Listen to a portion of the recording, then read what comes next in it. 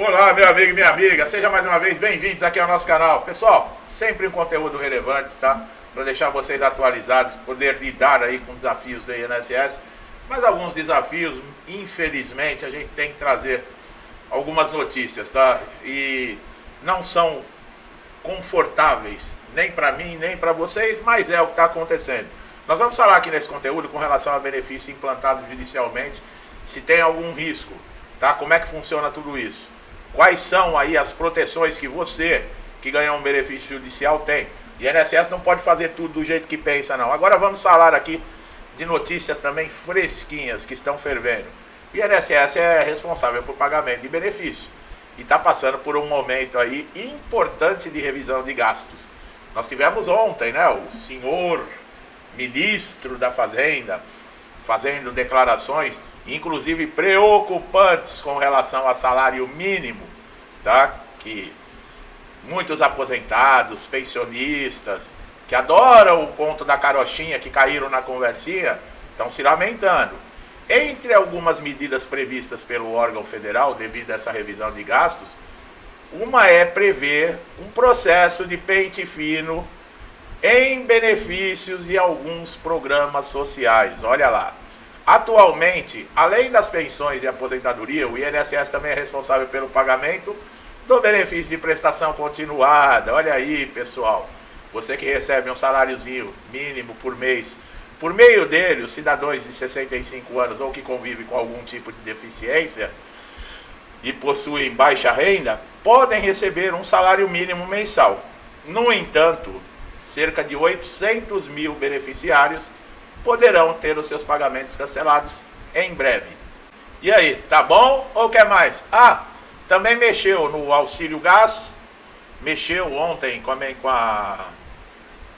como eu falei, né, na previsão de aumento de salário mínimo, que vai ter uma mudança aí, não vai se ter aumento real de salário mínimo. A coisa tá ficando meio apertada. Como eu falo, é obrigação minha trazer. Aqui eu sei que tem um monte de gente aí que vai ficar bravo, que vai achar que isso é fake news. Se acha que é mentira, faça aí uma pesquisa. Faça uma pesquisa na internet. Não precisa ser só no meu canal. Faça uma pesquisa e confira, né? Cego é aquele que não quer ver. Bom, benefício implantado judicialmente, vamos entrar no conteúdo aqui, porque se for para ficar falando, tem muito mais para falar. E aqui o que interessa é INSS. Mas essa notícia do benefício de prestação continuada, ela é relacionada a INSS. Salário mínimo é relacionado a INSS, que é o que reajusta aposentadorias, pensões, benefícios. Então eu estou falando tudo com relação a INSS. O benefício implantado judicialmente é um recurso valioso para muitos segurados que se encontram em dificuldades. Só que existem barreiras no reconhecimento dos seus direitos via administrativa. No entanto, não está isento de risco quem concede o benefício na justiça, especialmente no contexto de frequentes revisões realizadas pelo INSS. Quando um benefício ele é concedido judicialmente, ele resulta de uma determinação de um juiz, muitas vezes com base em provas apresentadas pelo segurado, laudos médicos e outros documentos. Esse processo, embora tenha força legal, ele pode trazer incertezas a longo prazo dependendo de diversos fatores. Um dos mais preocupantes para os segurados é o risco de suspensão do benefício durante revisões. O INSS, mesmo após decisão judicial, ele mantém a prerrogativa de avaliar periodicamente a situação do segurado, buscando inconsistências ou alterações no quadro de incapacidade, tá? No caso dos benefícios por incapacidade permanente, que é por invalidez, abram o olho, assistam o vídeo que eu falo com relação às mudanças de 2025. Falando nisso, só para lembrar, quem ficava colocando toda hora que o PL aqui, que aposentado por invalidez, não ia mais ser chamado, que ia estar livre desse sufoco. Eu ia uns vídeos atrás, as pessoas me pedindo para fazer vídeo, para falar do PL. Sabe por que eu não fazia vídeo? Porque eu tinha certeza que isso aí não ia ser sancionado. E ontem nós tivemos a confirmação. Foi vetado, tá bom? Foi vetado. Faltava a assinatura lá, já tinha sido aprovado no Senado, faltava o amiguinho lá ter assinado, sancionado, para passar a valer. Ele vetou, viu, aposentado por invalidez? Ele vetou, tá bom? Então, eu já sabia que ia acontecer isso. Porque eu não me engano aqui, eu não fico caindo em conversinha. tá bom? Por isso que eu não fiz vídeo falando, enaltecendo, nossa, que vai acontecer. Estava na cara que ia acontecer isso. Esse procedimento é realizado com base nas leis que asseguram o controle de benefícios para evitar fraude ou pagamentos indevidos, tá? Então o INSS, mesmo que o benefício seja judicial, ele pode sim, através de revisões periódicas, fazer esse acompanhamento. Outro ponto de atenção está relacionado à forma como o benefício foi implantado. Em alguns casos, a decisão judicial ela é provisória, ela é liminar, o que significa que ela pode ser revogada ou modificada em instâncias superiores. Isso expõe o risco de perder o benefício antes mesmo da decisão definitiva do processo. A ausência de uma sentença transitada em julgado muitas vezes deixa o segurado em uma incerteza total. Os segurados que obtêm benefício judicialmente devem estar atentos a possíveis cobranças também de valores retroativos. Caso seja constatado em revisões posteriores que o benefício foi concedido de forma equivocada, o INSS pode solicitar a devolução de valores pagos, gerando ônus financeiro significativo para os beneficiários. Esses casos são polêmicos, especialmente quando o segurado agiu de boa fé. É um absurdo, né? Você ter o benefício concedido judicialmente, ter entregue toda a documentação, ter passado por perícia, tudo certinho, estar recebendo, aí vem uma instância superior e diz que não, que foi concedido indevidamente, que você tem que devolver todo o dinheiro. Já pensou, pessoal? A documentação apresentada no processo judicial é um elemento chave para evitar problemas futuros. Benefícios implantados com base em laudos médicos frágeis ou provas contundentes podem ser mais vulneráveis e cancelados, tá? Por isso, é essencial que os segurados se esforcem para reunir toda a documentação necessária para comprovar a necessidade do benefício e a sua incapacidade para exercer atividades laborais. Além disso, a demora na tramitação judicial é um fator que pode impactar negativamente o segurado. Muitas vezes o benefício é concedido anos após, né, o início do processo, o que pode gerar dificuldade aí financeira durante esse período. Mesmo com a implantação do benefício, o pagamento de atrasados pode levar meses ou anos para ser efetivado, dependendo do andamento da execução do processo. E o INSS pode recorrer também, né? O recurso vai atrasar. Outro aspecto relevante é o impacto psicológico e emocional causado pela constante insegurança sobre a manutenção do benefício. O segurado não tem segurança nenhuma. Você recebe o pagamento agora esse mês e fica rezando para o mês que vem você conseguir receber novamente. Para segurados que dependem exclusivamente dessa renda por subsistência, o risco de suspensão representa um fator de angústia, que pode agravar até problemas de saúde já pré-existentes, especialmente em casos de doenças graves. Como é que você pode ficar num estado emocional com uma incerteza como essa?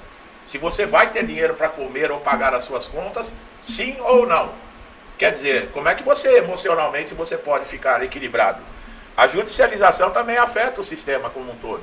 O alto número de ações, nós já falamos, né, contra o INSS, ele sobrecarrega o judiciário e que vai expor dificuldades para atender toda a demanda.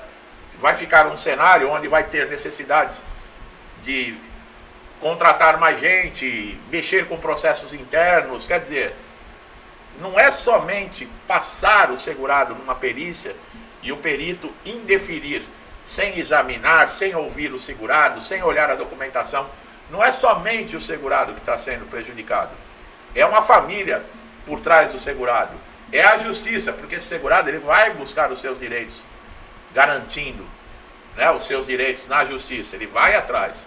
E tudo isso, olha o transtorno que é causado por causa, muitas vezes, de uma irresponsabilidade, falta de profissionalismo e de ética de um perito do INSS.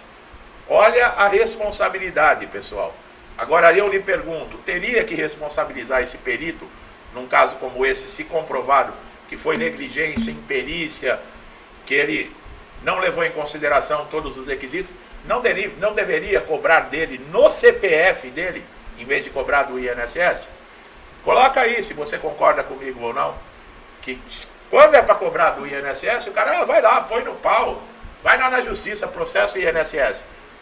Agora, quando é no bolso desse funcionário público, eu duvido. Eles são folgados, né, e desrespeitosos exatamente por isso, Porque quem vai ser processado é o INSS, não deveria ser o funcionário. Por prevaricação, por desrespeito, por dano moral, o funcionário tem que pagar. Vocês iam ver como o funcionalismo público no todo, não só no INSS, como mudaria. Bom, outra recomendação é importante que você esteja atento a correspondências do INSS. Em muitos casos, o INSS comunica as revisões por meio de carta e o não comparecimento ele pode ser interpretado como uma desistência ou desinteresse e corta o benefício. Além disso, o uso do aplicativo Meu INSS e o telefone 135 é fundamental para acompanhar o status do benefício, verificar se existem eventuais pendências, no caso lá do cumprimento de exigência, solicitação de documentos. Isso vai garantir e controlar aí você para não ter surpresas desagradáveis. O campo das jurisprudências, há precedentes, por exemplo, que protegem segurados de suspensões arbitrárias. Tribunais têm entendido que o benefício judicial implantado, especialmente em decisões definitivas, ele deve ser respeitado, salvo em casos de fraude, né? Agora, como nós falamos lá, naquele caso de devolver todo o dinheiro, os tribunais, eles estão cientes que benefícios implantados por decisão definitiva têm que ser respeitados. Agora, se for também comprovado que foi fraudado, pessoal, documentos fraudados, tudo, aí sim complica, tá? O tema também, ele abre espaço para discussões legislativas, propostas que visam aumentar a transparência nos processos de concessão, de revisão do INSS, poderiam beneficiar o segurado de alguma forma, evitando essa insegurança que nós falamos. O segurado, ele está ali no INSS, não está numa casa de caridade. O INSS, ele paga, por exemplo, o BPC. O BPC é um benefício assistencial. Agora, auxílio-doença, aposentadoria por invalidez, auxílio-acidente, se você não preencher os requisitos, você não recebe o benefício. E os requisitos é você estar contribuindo com o INSS no momento que acontece a causa da incapacidade e ainda ter um mínimo de contribuições, que em alguns casos tem exceção, mas a maioria deles exige 12 meses de contribuição. Quer dizer, não é uma casa assistencial, caridade, ninguém está te dando nada de graça. Você não está pensando em viver, sabe, de ajuda dos outros. Não, você pagou para ter direito a isso. Quer dizer, é um ponto que deve ser respeitado, levado em consideração, desde o primeiro tratamento. Quando você entra numa agência, quando você telefona no INSS, você deve ser respeitado, porque você paga para ter esse direito. A conscientização desses segurados com relação aos seus direitos, como eu estou falando aqui, isso deveria o próprio INSS colocar isso como regra para os seus funcionários. Desde o atendente até o perito, até o diretor, até o supervisor da agência, o responsável, todos eles deveriam ter isso embutido na sua mente. Que o segurado em primeiro lugar. Agora, para isso, pessoal, é o que eu estou falando, precisa mexer no bolso. As pessoas, infelizmente, aqui no Brasil, elas só começam a acordar quando mexe no bolso. Aí quando mexe no bolso, opa, aí a pessoa dá um passo para trás. Mas enquanto não mexe, eles vão sendo assim, petulantes, arrogantes, desrespeitosos. Não estou generalizando, mas uma grande parte. E não é só a nível de INSS. Nós vemos isso em praticamente todo o setor público. É difícil. O histórico também deve estar sempre atualizado, tá, pessoal? Você que tem aí um benefício concedido judicialmente, não pense em você, meu benefício é da justiça, o perito não pode fazer nada. Vocês viram que pode.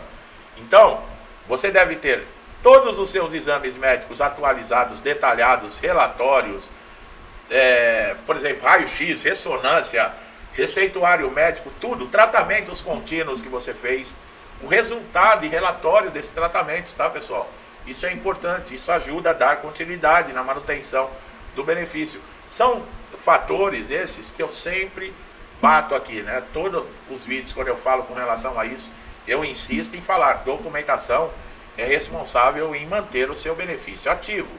Principalmente você que tem doença grave, doença degenerativa, você que está passando, por exemplo, por tratamentos contínuos, com remédio forte, distúrbios mentais, depressão, ansiedade, tentativa de suicídio, aquela lista de doenças que nós falamos, das 27 doenças, não é somente ter a doença que vai te dar direito, nem na justiça e nem no INSS, você precisa estar incapacitado para ter direito a um benefício. Tudo isso é avaliado e a documentação é um fator primordial, é importantíssimo, tá? Então, da mesma maneira que eu falei que o INSS tem que colocar na cabeça dos funcionários o que eu disse com relação ao funcionalismo público, eu também tenho que fazer isso com vocês aqui.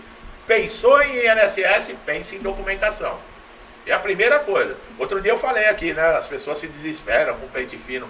Não adianta se desesperar. Você chorar, arrancar os cabelos, querer brigar, dar murro na parede, a carta de convocação ela vai chegar do mesmo jeito, né? Não adianta chorar, desespero. O que você tem que pensar é o seguinte: o que eu devo fazer para não me ser prejudicado com relação a essa revisão que eu vou passar? E aí, não é aguardar. Eu vou esperar um pouquinho. Não, já, antes até de chegar. Porque não custa nada você atualizar um relatório, um laudo, deixa guardado. Numa emergência você já tem. É importante isso, viu, pessoal? É muito importante. Eu não falo isso à toa, não. É porque eu já vi muitos casos. Com a experiência que eu tenho dentro de INSS e o que eu conheço de INSS, eu posso afirmar isso para vocês. Existem alguns avanços que estão sendo desesperados aí para tornarem mais rápidos os julgamentos, tanto administrativos, né? E a priorização também de casos que o segurado demonstrem condições vulneráveis. No entanto, o impacto prático para essas mudanças depende de implementação efetiva, né? O apoio jurídico especializado permanece indispensável para aqueles que se encontram em situação de insegurança com relação aos seus benefícios. Advogado, contratar ou não um advogado? Já falei, você pode entrar na Justiça Federal sem ter um advogado. Você mesmo chegar com a documentação, seus dados pessoais, você consegue abrir um processo. Só que se houver, no meio do processo, uma necessidade de um recurso, de uma apelação, de qualquer coisa, você vai ter que contratar um advogado, porque você não pode fazer. Tem a necessidade de ser um advogado. E aí sai caro, viu, pessoal?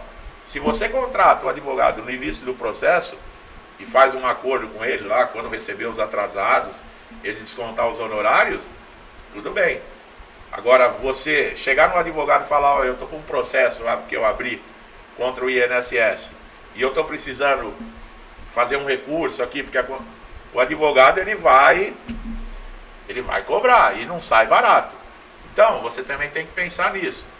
Mas tem a Defensoria Pública? Tem. O difícil é você conseguir, porque tem muita gente correndo atrás, né, da Defensoria. Ninguém está com dinheiro sobrando para ficar pagando advogados, né? Então, tá difícil. Mas é isso aí, meu amigo e minha amiga. Eu espero que eu tenha dado um alerta, mostrado para vocês como é importante. Não é porque o benefício é concedido judicialmente ou ele está implantado já que você está tranquilo. Não funciona assim, tá bom? Infelizmente. E eu tenho que trazer as notícias que estão acontecendo e atualizações dentro do INSS, querendo ou não, né? De vez em quando eu exponho aqui algumas coisas, um pensamento meu, mas isso não quer dizer que eu seja dono da verdade. Cada um tem a sua opinião. Se tiver com dúvidas de qualquer coisa que eu falo, faça uma pesquisa na internet. Digita lá na barra de pesquisas ali do seu navegador: o governo está ameaçando cancelar BPC de 800 mil idosos. Digita lá. E lá vai te mostrar se é verdade ou se é mentira o que eu estou falando. O governo está dizendo que o salário mínimo não vai dar aumento real para aposentados e pensionistas do INSS. Digita lá. Assim você comprova se é fake news ou não. Tá bom, meu amigo e minha amiga que estão chegando a primeira vez aqui no canal? Eu espero que eu tenha conseguido transmitir uma mensagem boa para vocês, né? O começo do vídeo não foi bom, foi uma atualização, mas o restante é de interesse de muita gente que passou pela justiça e hoje está aí recebendo benefício judicial. Presta atenção, tá? Infelizmente, quando se trata de INSS, nada é garantido. Gostou do meu trabalho? Não deixe de dar um like, se inscreva no canal, ative o sininho de notificação para você ser sempre beneficiado com os nossos conteúdos. Você precisa dessas informações. INSS não é para amadores, pessoal. Você precisa ter conhecimento para lidar com essa máquina, porque senão ela moe você. Ela tritura você e ela não tem dó, não. Nós somos CPFs dentro do INSS. Não existe o João, a Maria, a Neuza, a Cleide, o Mané. Não, é o CPF. E para o CPF não tem problema, não precisa de dinheiro para comer, para pagar a conta. É assim que a gente é olhado dentro dessas instituições públicas. Então, se você não souber os seus direitos e como se defender, fica difícil, tá bom? Meu amigo e minha amiga, muitos que já me acompanham há muito tempo aqui no canal, sempre incentivando, interagindo. Meu muito obrigado, que Deus abençoe a casa, a vida, a família de vocês. Muita paz, saúde, prosperidade, tudo de bom, tá? Tudo que eu desejo para mim e para minha família, eu lhes desejo em dobro. Deixo um forte abraço e até os próximos vídeos.